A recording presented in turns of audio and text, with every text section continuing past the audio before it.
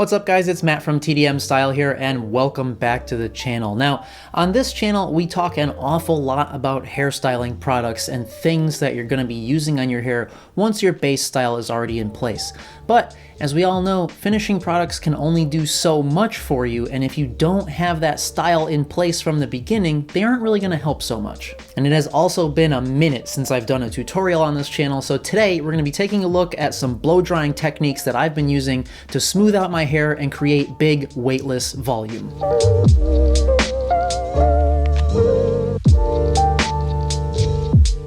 All right, now if we forget about pre-styling products and all of that stuff for just a minute, there are two main tools that we're gonna be using for this video today. The first thing you're gonna need is a thermal round brush. Now, I have a 2.5 inch brush here, which is just about the right size for my length of hair, but if you've got shorter hair, you can get a smaller diameter brush. And the main thing that you're gonna be using this for is to apply tension to the hair so that as you're drying it, you're gonna be smoothing that hair out, and it's also gonna help you to control the shape of your hair so that you can get it to lay where you want it. And with the ceramic thermal core, this brush is actually going to heat up as you're blow drying, and it's gonna hold that heat, which is gonna make it a lot easier to get that hair malleable and lock that style into place. And our second tool, of course, is the hair dryer. And the main thing I wanna talk about today, guys, is that we're using high heat. Now, I feel like there is a major misconception out there in the men's hair community on YouTube that like you should never use high heat because it's gonna break your hair off and it's gonna burn and whatever, and you have to use crazy heat protectants and stuff and use low heat to dry your hair. I don't agree with that.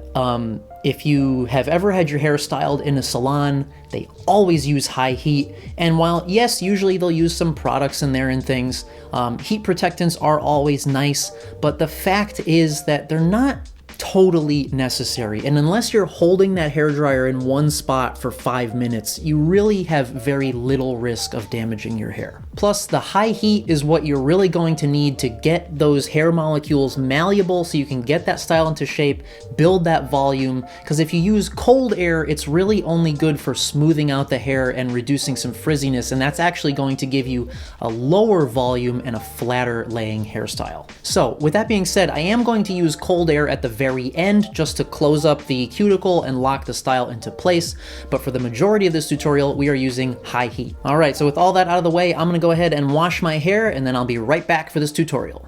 All right, guys, so once you're ready with clean, damp hair, it's time to go in with any pre-styling products that you decide to use. I do recommend using something as a pre-styler like 25 by the Salon Guy, or smoothing lotion by Moroccanoil, or even like Amika makes some really nice blow drying sprays. And basically what this is gonna do for you is act as a detangler, an anti-frizz type of solution, and essentially it's just gonna make the whole styling process easier so that your hair comes out nice and smooth. Now, if you want to add some additional hold during the pre-styling process, I recommend using something like a mousse, just because that's going to be the most lightweight option that's still going to add some hold. So today I'm going in with a little bit of pre-style by the Salon Guy, and I'm just using really like a half a pump. I mean, just the tiniest bit. Once you've got your pre-styler in your hair, I do like to just go through quickly with a comb to not only make sure that everything is evenly saturated, but also just to make sure that you've gotten through any last tangles or knots. Now it's time to switch on the blow dryer, and the first thing that is super important here is to just use your fingers at first. Do not go in with the brush right away. Basically, you want to get your hair to the point where it's about 80% dry before you go in with a styling brush.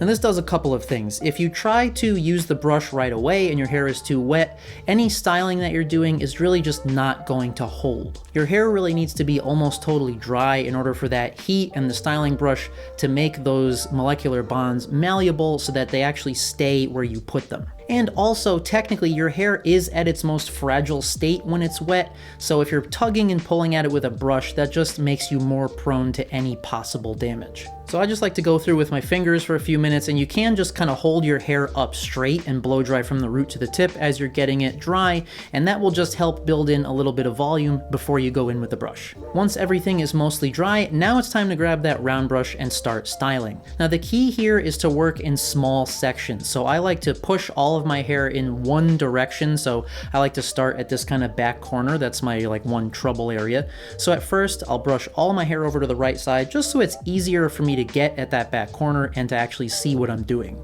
Now, as you're styling with the brush, the main thing that is going to help you build in the volume is the angle at which you're holding your hair up from your head. Essentially, you want to follow the shape of your head and pull your hair up at least 90 degrees so it's perpendicular with your head, or even a little bit beyond that so you're like, past that 90-degree point. So for those of us who are pushing our hair back, that means styling it basically straight up in the air and also even a little bit forward towards your forehead so that when you push it backward, it's going to have a lot of volume. So from here on out, I'm basically going to take small sections of hair. The main thing is if you take too much hair on that brush, it's just going to take longer and longer to get there, so it's easier and it'll actually end up saving you time in the long run if you do small sections at a time. So as you take each section of hair, you just want to apply some tension by rotating that brush backward and just follow right along with the condenser nozzle of your blow dryer. And I like to go slow here because, of course, you can go faster if you're a little more experienced,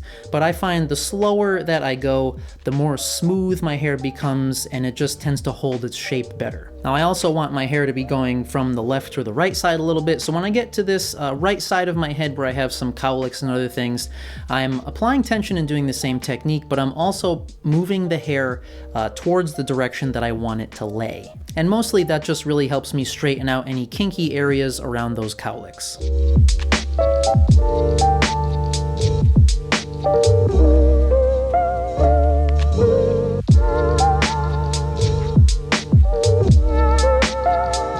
Once everything is looking basically done, I do like to run through my hair with my fingers again, just to basically check if there are any areas that are still damp or need any more work. Once I'm happy with the overall style, now I'm going to switch to the cold air setting, just so that I can close up my cuticles and really lock that style into place. And if you have any areas that are still looking a little bit frizzy, you can grab your round brush again and go over it a few more times with the cold air, and that will just help to smooth everything out even more. Alright guys, so now you can see my hair is just very light, it's bouncy, and it's got all this volume in here. So now is the perfect time to go in with your favorite pose styler. Now, if you want to go with something that's really light and it's going to keep your hair just looking very movable and bouncy, but it's still going to kind of lock that style in, you can actually just finish with just a hairspray. Lately, I've been using this KMS anti-humidity seal. It's pretty decent. It's a little pricey, but it's okay. Or if you want to really lock that style in for the day, I mean, like I normally do, I go for a clay, so I'm going to put in a little bit of Clutch by the Salon Guy.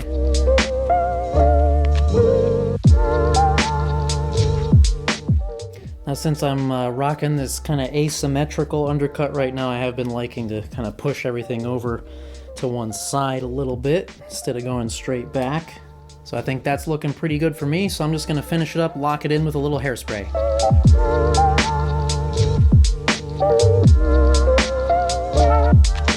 So there you go, guys, my blow drying techniques for some high volume hairstyling. I really hope that you guys like this. I had a really good time making it. It's been too long since I've done a tutorial, so I hope that you enjoyed it. Please stay tuned to the channel. I've got lots and lots more content coming up soon, so if you haven't yet hit that subscribe button, please do so to keep up with all of it. And as always, thank you guys so much for coming by and watching, and we'll see you at the next one.